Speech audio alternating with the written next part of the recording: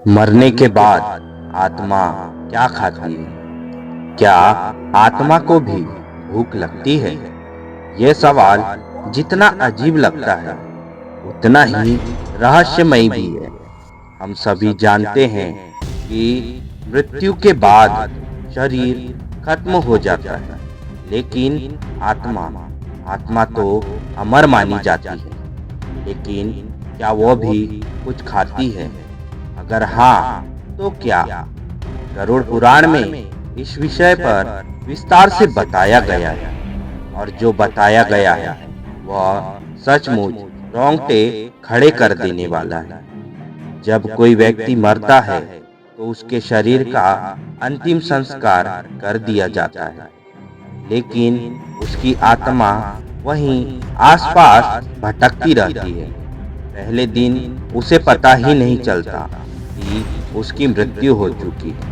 उसे लगता है कि वह अब भी जीवित है, लेकिन धीरे धीरे जब वह अपने शरीर को जलता हुआ देखती है, अपने अपनों को रोते हुए देखती है, तो उसे समझ आता है कि अब उसका सांसारिक जीवन समाप्त हो गया है।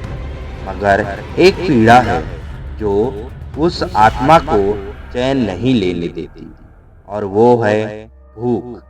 गरुड़ पुराण कहता है कि मृत्यु के बाद आत्मा को भूख लगती है, और वो भी बहुत गहरी भूख। पहले दिन आत्मा को सिर की भूख लगती है, दूसरे दिन आंखों की, तीसरे दिन जीभ की, गला, हृदय, पेट, पैर और शरीर के अन्य अंगों की भूख लगती जाती है।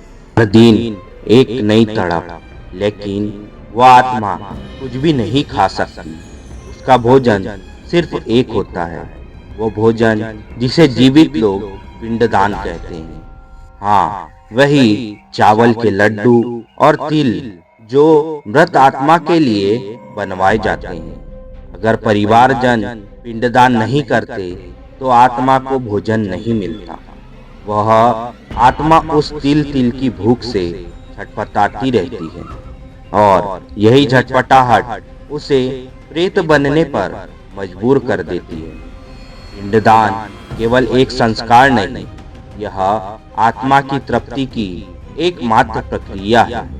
गरुड़ पुराण में साफ साफ लिखा है कि यदि आत्मा को समय पर पिंडदान नहीं मिलता तो वो परिवार को दोष देती है, उसके वंश में संकट आने लगते हैं, और कई बार तो वो आत्मा खुद एक अशुभ शक्ति बन जाती है जो अपने ही लोगों को परेशान करती है।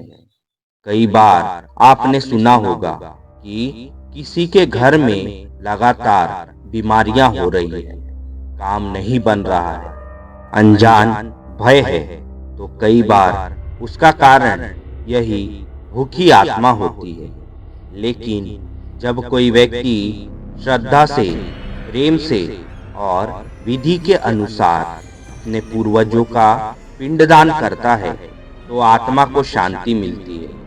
वह भोजन को ग्रहण करती है और फिर यमदूतों के साथ अपने अगले लोक की यात्रा शुरू करती है। यह न केवल आत्मा को तृप्त करता है, बल्कि जीवित लोगों के जीवन में भी शांति और समृद्धि लाता है। सोचिए, जिसने आपको जीवन दिया, पालन किया, आपकी हर जरूरत पूरी की, आज वही आत्मा कहीं आपके घर के किसी कोने में बैठी हो, भूखी हो, प्यास से तड़प रही हो, और आप उसे याद भी ना करें। क्या यह अन्याय नहीं है? क्या आपने कभी अपने पूर्वजों के लिए पिंडदान करवाया है? अगर नहीं, तो यह वक्त है, क्योंकि आत्मा को तृप्त करने का एकमात्र रास्ता पिंड है। मरने के बाद आत्मा कुछ नहीं मांगती, सिर्फ दो मुट्ठी चावल, थोड़ा तिल और कुछ बूंदे जल। लेकिन अगर वो भी ना मिले तो आत्मा भटकती है, तड़पती है, और कई बार आपकी जिंदगी में अशांति का कारण भी बनती है। अब आपसे एक सवाल यह है, क्या आपने कभी सोचा है कि आज आपके घर में जो परेशानी है वो कहीं किसी भूखी आत्मा की पुकार तो नहीं? अब भी वक्त है, अपने पूर्वजों को याद करें, उनका पिंडदान करें ताकि उन्हें भी शांति मिले और आपके जीवन में भी रोशनी फैले। दोस्तों, अगर आपको यह कथा अच्छी लगी हो तो इस कथा को लाइक, हमारे चैनल को सब्सक्राइब और बेल आइकन पर क्लिक कर दीजिएगा। वीडियो को ज़्यादा से ज़्यादा शेयर करके कमेंट में हर हर महादेव जरूर लिखिएगा। हर हर महादेव दोस्तों।